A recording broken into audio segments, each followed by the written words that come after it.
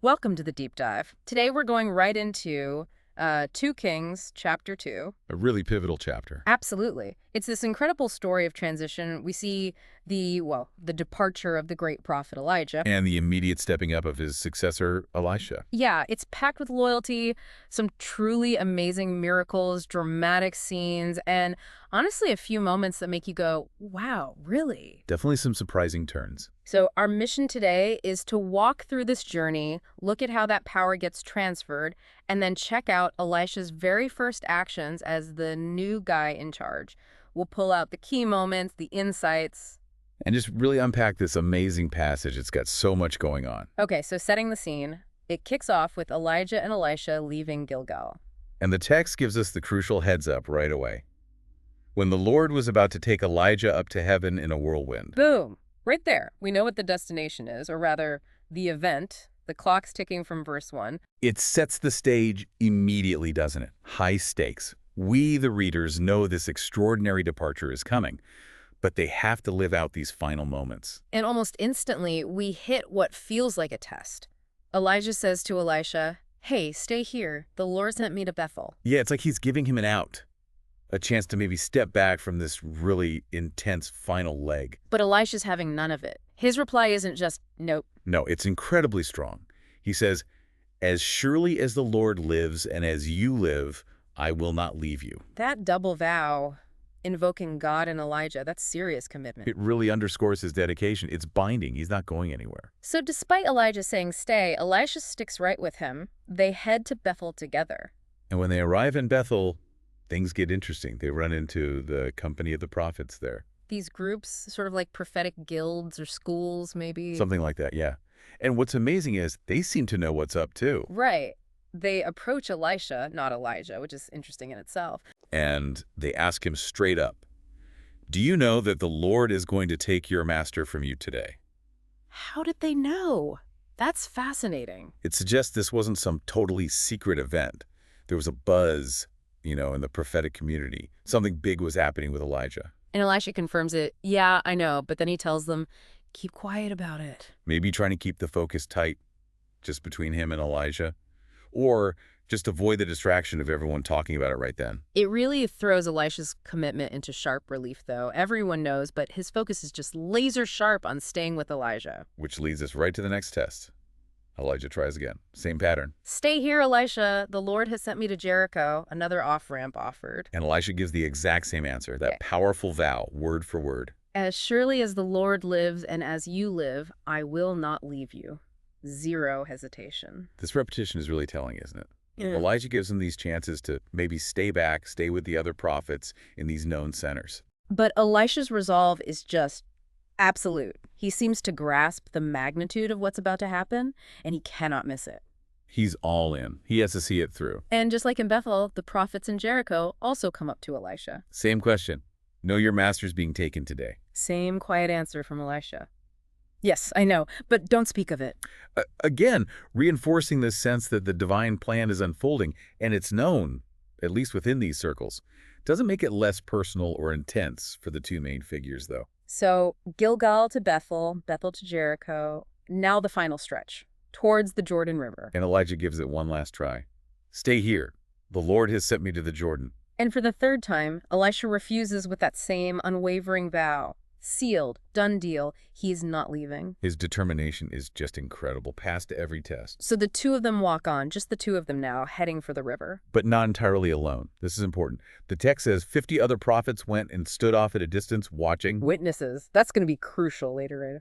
Absolutely. They're not right there in the thick of it, but they are observing. They'll be able to confirm what happens. And then comes this incredible moment at the Jordan. Elijah takes his cloak, his mantle, rolls it up, and whacks the water with it. and the water just divides left and right. They cross over on dry ground. It's such a powerful visual. It echoes Moses at the Red Sea, Joshua at the Jordan. It connects Elijah to these huge figures in Israel's history. And using the cloak to do it, the symbol of his office. Exactly. So that cloak was used to call Elisha in the first place, remember? Thrown over him. Now it's the instrument for this parting miracle right before Elijah leaves. A final, clear demonstration of God's power through him. Okay, so they're across the river, the moment Elisha's been waiting for. And Elisha knows it. He turns to Elisha and asks the big question. Tell me, what can I do for you before I am taken from you? He's acknowledging Elisha's loyalty, his persistence. Offering a final gift, a request. And Elisha doesn't hesitate. His request is bold. So bold. Let me inherit a double portion of your spirit. What exactly does that mean, double portion? Is he asking for twice the power? It's generally understood in terms of inheritance customs back then. The firstborn son typically received a double share of the father's property compared to other sons. Ah, okay. So Elisha's asking to be the primary heir. Exactly. He wants to be recognized as the main successor, the one who carries on Elijah's legacy with the primary spiritual authority and power. He's asking for that firstborn status in the prophetic line. That makes sense.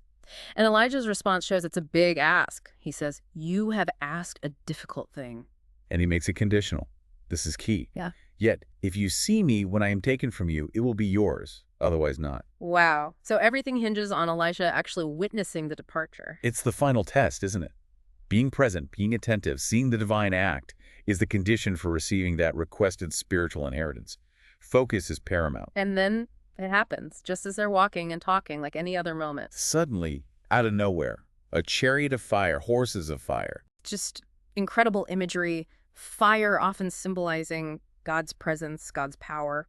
And these fiery chariots and horses, they're like divine transport. They physically come between Elijah and Elisha. Separating them, a literal picture of the transition happening. And then Elijah goes up to heaven in a whirlwind. Not death as we know it. He's taken directly. It's extraordinary. And crucially, the text says Elisha saw it. He met the condition. He did.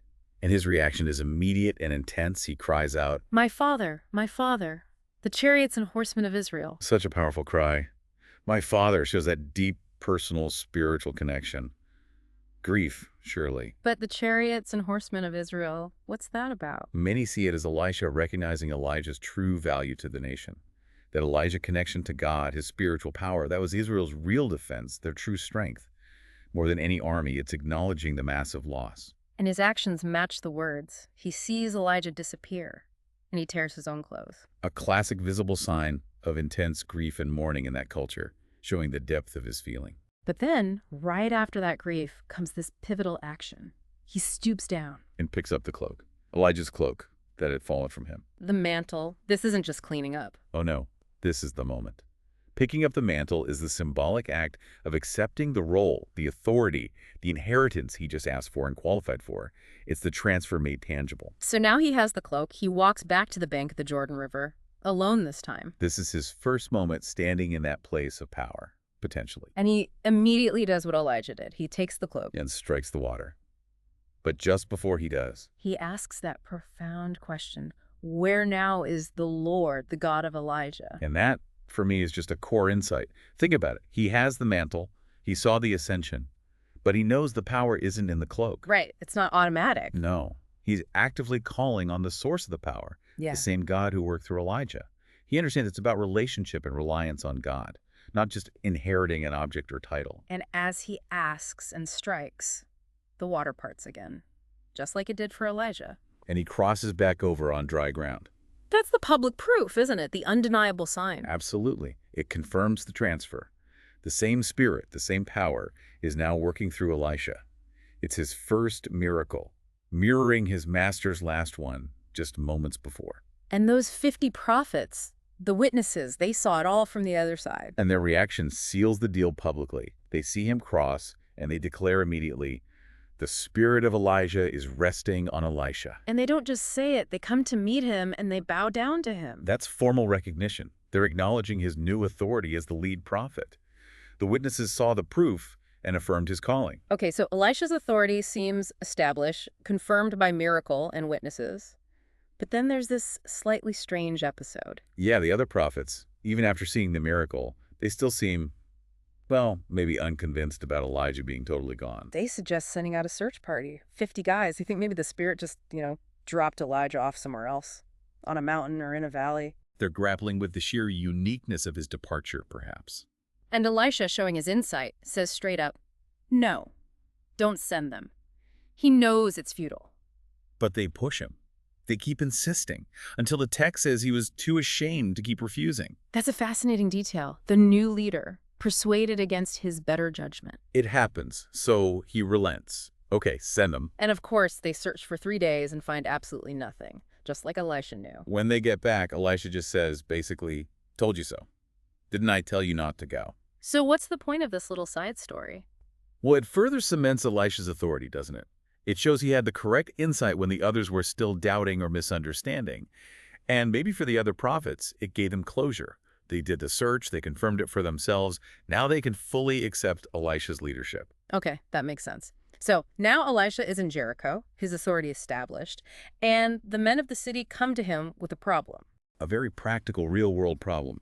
They say, look, the city's location is great, but the water's bad.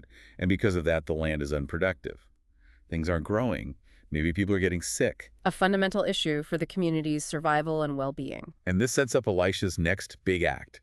His first miracle aimed purely at blessing and restoring a community. He asks for a new bowl and some salt. Simple items. He takes them to the spring, the source of the bad water, throws the salt in. And declares, not in his own power, but this is what the Lord says. I have healed this water. Never again will it cause death or make the land unproductive. It's a life-giving miracle, directly addressing the people's need, bringing health, bringing fruitfulness where there was barrenness or sickness. It shows Elisha as a source of blessing. And the use of salt. Interesting. Usually preservation or judgment sometimes. Here it seems to be about purification, healing, God using this common substance in a miraculous way through Elisha. And the text adds that amazing detail. The water has remained wholesome to this day, a lasting impact. A powerful testimony to the reality of the healing. Okay, so from this act of healing and life in Jericho, Elisha travels on. He heads up towards Bethel. And this next encounter, it's got a very, very different feel. Yeah. As he's walking up the road, a group comes out from the city. The text calls them youths or young lads. And their interaction is hostile, aggressive. They start jeering at him, shouting insults, specifically, "Go on up, bald head. Go on up, bald head." Oof. Bald head could be an insult about his appearance, maybe questioning his authority or maturity, but the go on up part. That seems really specific, doesn't it? Like they're mocking Elijah's ascension. Exactly. It sounds like a direct, scornful challenge. Or you think you're the next Elijah? Prove it. Go on up like he did.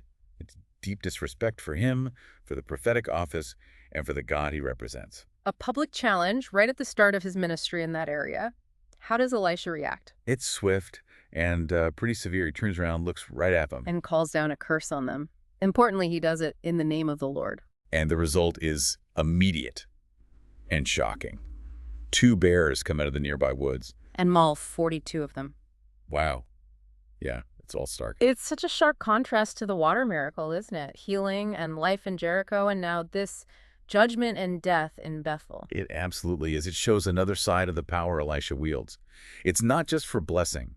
Authority from God in this narrative also involves judgment against profound disrespect and rejection, especially when it's directed at God's appointed messenger and mocks God's power. It certainly establishes very quickly that messing with Elisha, or rather, the God he serves, has serious consequences. It demonstrates the weight and seriousness of the prophetic office right from the get-go. After that intense event at Bethel, the chapter wraps up pretty quickly. It just says Elisha went on to Mount Carmel and then back to Samaria. Basically showing that his ministry is now underway. He's moving through the land, established in his role, marked by these incredibly powerful initial acts. So looking back at the whole chapter, what a journal. From Gilgal, the tests, the loyalty, The crossing of the Jordan, that unbelievable departure of Elijah. the transfer of the mantle, the confirmation miracle, the recognition. And then these first 2 acts in Jericho and Bethel.